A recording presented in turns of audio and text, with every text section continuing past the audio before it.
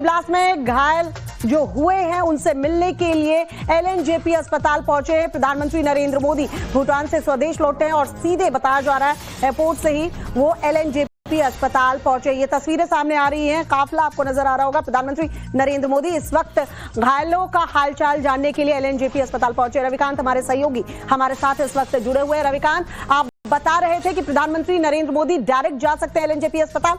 तस्वीरें सामने आ रही हैं, इस वक्त गाड़ी नजर आ रही है, काफिला है लगता है प्रधानमंत्री नरेंद्र मोदी का ही।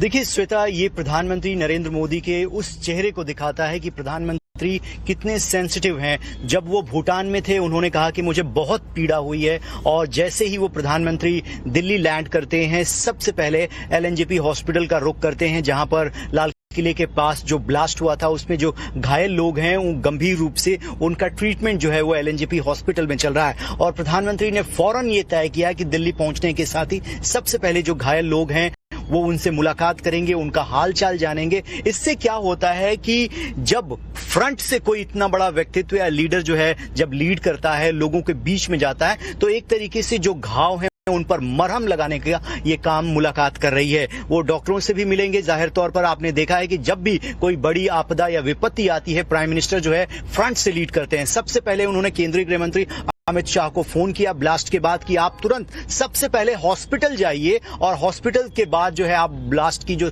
साइट है वहां पर जाइए। तो प्रधानमंत्री पल पल मॉनिटर कर रहे थे। उनका 2 दिनों का भूटान का दौरा था, आज वो संपन्न हुआ है और वो सीधे एलएनजेपी हॉस्पिटल पहुंचे हैं, जहां पर वो घायलों से मुलाकात कर रहे हैं। जो एमएस हैं उनसे भी मुलाकात होगी, और जो डॉक्टर्स ट्रीटमेंट कर रहे हैं उनसे भी, स्टाफ से भी मुलाकात करेंगे। और इस मुलाकात का आप मायने समझिए कि जिनका अपना परिवार था जो उजड़ गया, और इतना बड़ा व्यक्ति अगर मिलता है तो जख्म तो नहीं भरते हैं, लेकिन जख्म पर एक तरीके से मरहम लगाने का ये काम ये मुलाकात करेगी। और यहां से जब प्रधानमंत्री मिलकर निकलेंगे उसके तुरंत बाद कैबिनेट कमेटी ऑन सिक्योरिटी और कैबिनेट की बैठक बुलाई गई है प्रधानमंत्री आवास पर, जहां पर अब तक जांच एजेंसियां किस नतीजे पर पहुंची हैं, कौन कौन लोग इसमें इन्वॉल्व हैं, और एजेंसियों को जो इनपुट मिले हैं उसमें कौन कौन से एंगल को वो एक्सप्लोर कर रही है, टेरर एंगल के अलावा भी। और इसके साथ ही भारत के कई राज्यों में हाई अलर्ट पर छापेमारी हो रही है। एनआईए जो इनपुट है अलग अलग स्टेट से गैदर कर रही है,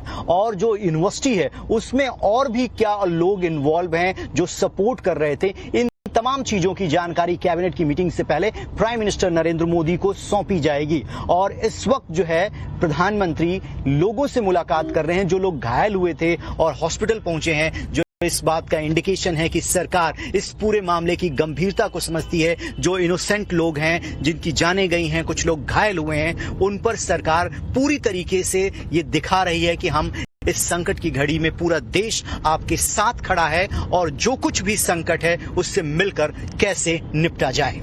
रविकांत, होना भी यही चाहिए था। भूटान में थे और जब स्वदेश लौटे हैं प्रधानमंत्री, तो जो घायल हुए हैं, जिन परिवारों को नुकसान हुआ है, जिन्होंने अपनों को खोया है, उनसे मुलाकात कर, क्योंकि खुद देश को परिवार की तरह मानते हैं प्रधानमंत्री नरेंद्र मोदी। हमेशा कहते हैं कि मैं परिवार का मुखिया हूं, और उन्हें पहुंचना भी चाहिए था, पहुंचे हैं। लेकिन इसके बाद जो सीसीएस की मीटिंग होनी है रविकांत, अगर हम देखें ऑपरेशन सिंदूर के पहले कुछ ऐसी ही स्थिति बनी थी, उसके बाद हार्ड फैसले लिए गए। अब जब सीसीएस की मीटिंग है कितनी महत्वपूर्ण हो जाती है, क्योंकि यहाँ घायलों से मिलने के बाद, उनके परिवार से बात करने के बाद, उनके दर्द को सुनने के बाद सीसीएस की मीटिंग में जाएंगे पीएम। तो क्या कुछ महत्वपूर्ण फैसला लिया जा सकता है, क्योंकि उसी के बाद कैबिनेट की मीटिंग भी होनी है।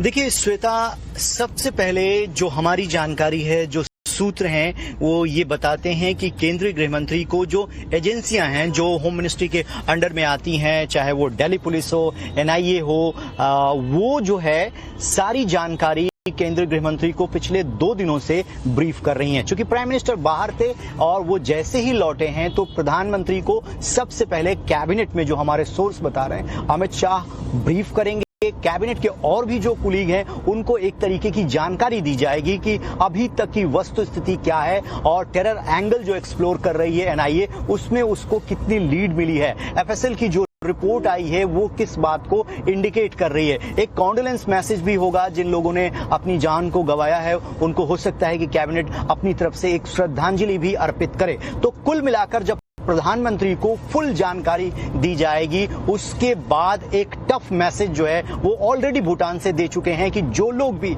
इस घटनाक्रम के पीछे हैं उन्हें किसी भी कीमत पर बख्शा नहीं जाएगा। अब वो किस तरफ से लीड कर रहा है, क्योंकि एनआईए जो है ये ऑनगोइंग प्रोब है और पल पल जो है इसमें अपडेट आ रहे हैं, क्योंकि वो टर्की गए, जैश के हैंडलर से मिले और वहां पर उन्होंने एक व्हाट्सएप ग्रुप बना रखा था। उसमें और कौन कौन लोग उनको हेल्प कर रहे थे, क्या क्या टारगेट पर था, ये सारी चीजें जब बताई जाएंगी तो हो सकता है कि एजेंसियां कुछ और दिनों का समय मांगे ताकि वो एक फाइनल कंक्लूजन पर पहुंच सके। इसलिए सरकार जो है इस तरीके की परिस्थितियों में कभी भी गड़बड़ा कर या घबरा कर कोई फैसला नहीं लेती है। वो एजेंसियों को बोलती है कि आपको हमारी तरफ से फ्री हैंड है, आपको जो सही लगे आप वो कीजिए। सरकार पूरी तरीके से स्टैंड बाई में आपके पीछे खड़ी है, पूरा देश आपके साथ है। लेकिन जो इस तरीके के घटनाक्रम को अंजाम देते हैं उन्हें भी उसी अंजाम तक जरूर पहुंचाया जाएगा, ये सरकार जरूर सुनिश्चित करेगी। रविकांत, यहाँ हमने विपक्ष का रोल भी देखा। जिस तरह से जब इस तरह के धमाके होते हैं तो विपक्ष ज्यादातर सरकार के पक्ष में खड़ा नजर आता है और ये कहते हैं कि ऐसी स्थिति में विपक्ष के भी सुर एक साथ मिले हुए नजर आते हैं। लेकिन इस बार ऐसा कुछ नहीं हुआ, कुछ कटाक्ष भी किए गए हैं। जाहिर सी बात है उन कटाक्ष पर विराम देती ये तस्वीर एलएनजेपी अस्पताल जो प्रधानमंत्री नरेंद्र मोदी पहुंचे हैं, क्योंकि खुद मुखिया बताते हैं अपने आप को, और ऐसे में जब लोगों ने अपनों को खोया है, ऐसे गंभीर हालत में घायल भी हैं जिनसे मुलाकात करेंगे, तो एक तरह से मरहम रखने की कोशिश जो है वो परिवार के मुखिया की तरफ से की जा रही है।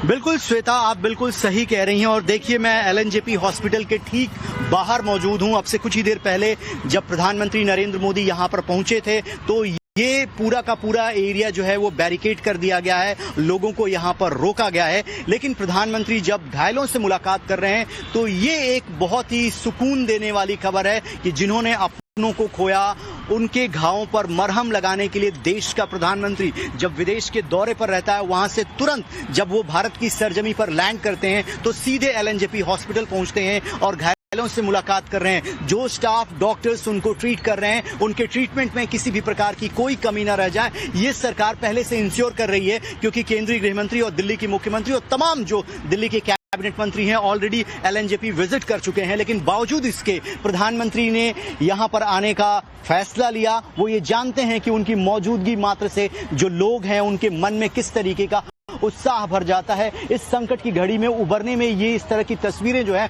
वो बहुत मदद करती हैं, जब देश का प्रधानमंत्री आकर आपसे पूछता है कि क्या हालचाल है। और इसके साथ ही हमने कई बार ये देखा है कि प्रधानमंत्री घायलों से मिलते हैं तो ये कहते हैं कि आप चिंता मत कीजिए, जो लोग भी इसके लिए जिम्मेदार हैं उनको किसी कीमत पर नहीं छोड़ा जाएगा। तो एक तरीके का जो ढांढस बताते हैं वो अपने आप में एक नई ऊर्जा का संचार इन लोगों के मन में करता है। तो यहाँ इस वक्त प्रधानमंत्री एलएनजेपी हॉस्पिटल के अंदर हैं, घायलों से मुलाकात कर रहे हैं और उसके बाद जैसे ही वो यहाँ से निकलेंगे सीधे प्रधानमंत्री आवास पर जाएंगे, जहां पर कैबिनेट की बैठक बुलाई गई है और तमाम जो घटनाक्रम है उससे प्रधानमंत्री नरेंद्र मोदी को अवगत कराया जाएगा। एनआईए जो इनिशियल स्टेज पर प्रोब कर रही है, जो मल्टीपल एजेंसियां हैं, चाहे वो हरियाणा की हो, जम्मू कश्मीर पुलिस हो, उत्तर प्रदेश पुलिस हो, और लगातार छापेमारी की जा रही है। और कौन कौन से लोग इसमें बिल्कुल